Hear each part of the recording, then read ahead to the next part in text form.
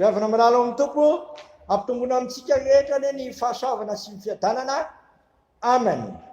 Vavaka sika, dera sy misotranao zay raha eo, amin'ity andro talata 12 aprily 2024 ity, zay ankalazana anao nohony amin'izao herinandro masina izao. Koa mitezanay ianao hizara aminay ny teninao satria ny teninao dia hainao an'izay mahazo azy, tondra fahasalamana ao amin'ny nofo-rehetra. Dia mitenena ianao Jesosy fa mihaino izay mpanomponao amin'ny anaranao no naovanay izany. Amen.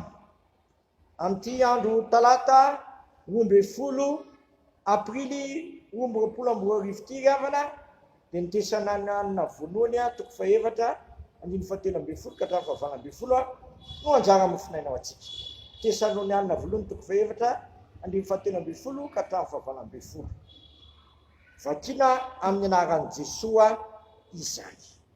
Fa tsy tianay tsy fantatrareo raha ny amin'izay modomandry mba tsy halilovanareo tahaka ny sasany zay tsy manana fanantenana. Fa rinontsika fa efa maty Jesosy sady efa nitsangana inay, dia toy izany koa no hitonan'Andriamanitra zay efa modomandry tao amin'i Jesosy hiaraka aminy.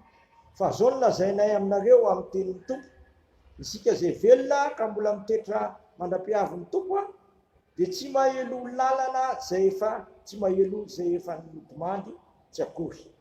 Fa ny tenan'ny Tompo no hidina avy anan-danitra amin'ny fenontsona sy ny feno kanjery amin'ny tropetran'Andriamanitra ka zay maty ao amin'ny Kristy no mitsangana aloha. Ary rehefa afaka izany dia isika zay velona ka mbola mitetra no akarana hiaraka aminy eny amin'ny rahona hitsenan'ny Tompo any amin'ny habakabaka. Dia ho any amin'ny Tompo manakarivo isika koa dia mifampinoana ianareo amin'izany teny izany. Ray Masonao manamasinana anay amin'ny fahamarinana, ny teninao ny fahamarinana. Amen. Ary ny soratra masina eto amin'ity lahatsoratra masina ity ravana, ny anjaran'ny olona zay efa maty ao amin'ny Tompo na ireo zay efa modomandry ao amin'ny Tompo. Ary asehony eto koa ny anjaran'ny olona zay maritra mitoetra ao amin'ny Tompo hatramin'ny fiverenan'i Kristy eny amin'ny rahalanitra. Ambony izany rehetra izany dia ambarany Paoly apôstôly fa aokantsika tsy anana alahelo ho an'zareo efa modomandry ao amin'ny Tompo. Satria zay efa modomandry ao amin'ny Tompo dia tahaka izao ny tonan'Andriamanitra azy.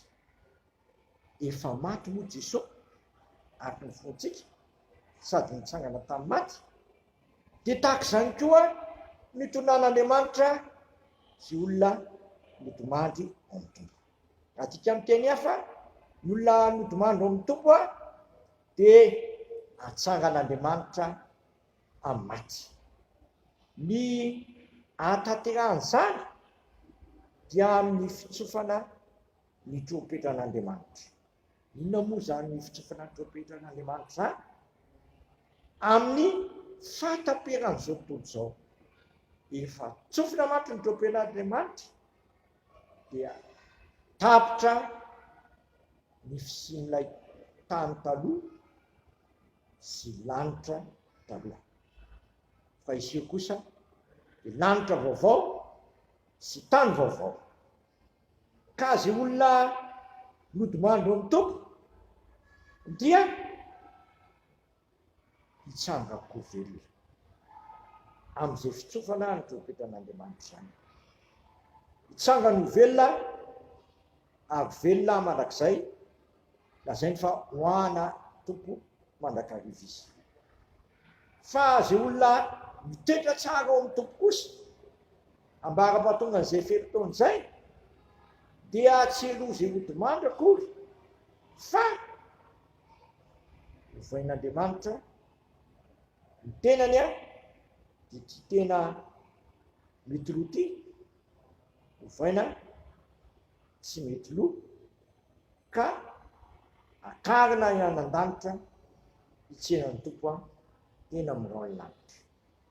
Zany gavana ny antsoina hoe fanantenana kristianina.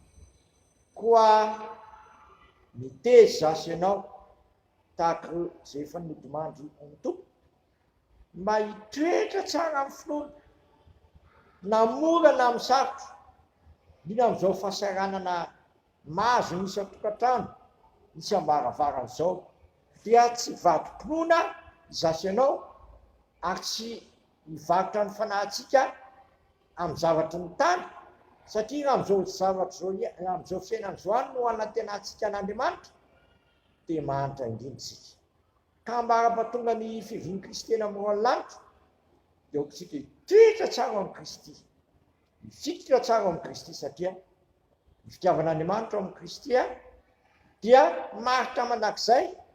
Fitiavan'Andriamanitra amin'ny Kristy dia mandresy ny voatako sy ny voatanao ary mandresy ny zavatra rehetra. Ka ambara-pahatonga izay fekitaon'izay, oka iorina tsara ao amin'ny Kristy zasy ianao tsy vadim-pinoana na hemitra amin'ny fanarahana an'i Kristy fandrosatrany fa mihemitra izasy ianao dia mihemitra amin'ny fahaverezana. Maika koa ary tsika mila ampiseho hafanampo amin'ny fanompoana an'Andriamanitra, araka ny voalazan'ny apôstôly Paoly any amin'ny Romanina hoe aoka fanafo amin'ny fanompoana ny tompo, satria mbola hafa mihitsy ny manompo an'Andriamanitra sy ny tsy manompo azy. Zay nodimandro amin'ny tompo moa dia tahaka ny efa nananganana ny Kristy tamin'ny maty, dia tahaka izany koa nitonan'Andriamanitra sy nodimandry amin'ny tompo.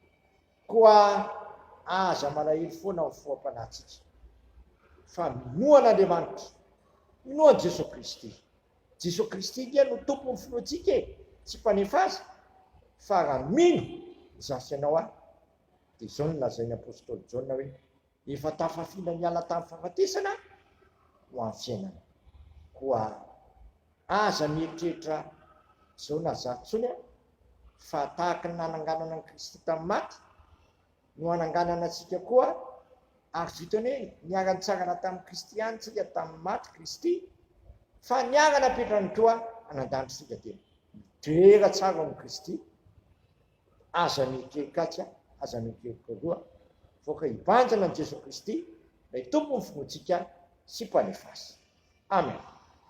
Dia raha sy misaotra anao izay raha eo fa novelominao indray ny fanantenana ty anatinay, ary nahatonga anay tsy alahelo foana tahaka ny sasany, tsy manana amin'ny fanantenana ny fisanganan'ny tena maty. Izay kosa dia anomenao izany finoana izany araka ny teny Jaona apôstôly Paoly any Jaona apôstôly hoe Jesosy Kristy no fananganana maty sy ny fiainana, sy mino azy na dia maty aza dia velona indray, ary zay rehetra velona ka mino azy dia tsy ho faty fa nona fiainana manakizay dia ampahareto amin'ny fanarahana anao izay tompo. Aza vele ravoravo-tanana zay efa tovy zavatra sarotra sy manahirana, fa moaka kosa hafanafo amin'ny fanompoana ny tompo fa kanamizy fa ianao manana ny teny fiainana manakizay dia sitraka ny ary hivavaka hoe anay izay nan-danitra masina ny naranao no tonga ny fanjakanao, ataony eny sitraponao etỳ tany tahaka ny an-danitra, meneniny anina sahazo anay ary mamelany elokay tahaka namelana izay midika taminay, aiza mitondra anay fakapanahy fa manafanay amin'ny ratsy, anao fanjakana sy ny hery ary voninahitra manakizay. Amen. Raiso ny tsodrano izay tononona amin'ny anaray zanakary fanamasina, ary Andriamanitra ny fiadanana ny masina nareo ka ho tanteraka ka oka tsy hanatsina nareo amin'ny fivian'i Jesosy Kristy tompontsika, izy ny amin'ny fananareo sy ny anareo ary atonga anareo tsy manatsiny mandra-piavin'i Kristy eny amin'ny lanitra. Matoky izay niantso anareo satria izany nanefa izany. Amen. Voninahitra ny eo an'Andriamanitra rery any amin'ny anarany Ray sy ny Zanaka ary ny fanahy masina. Amen.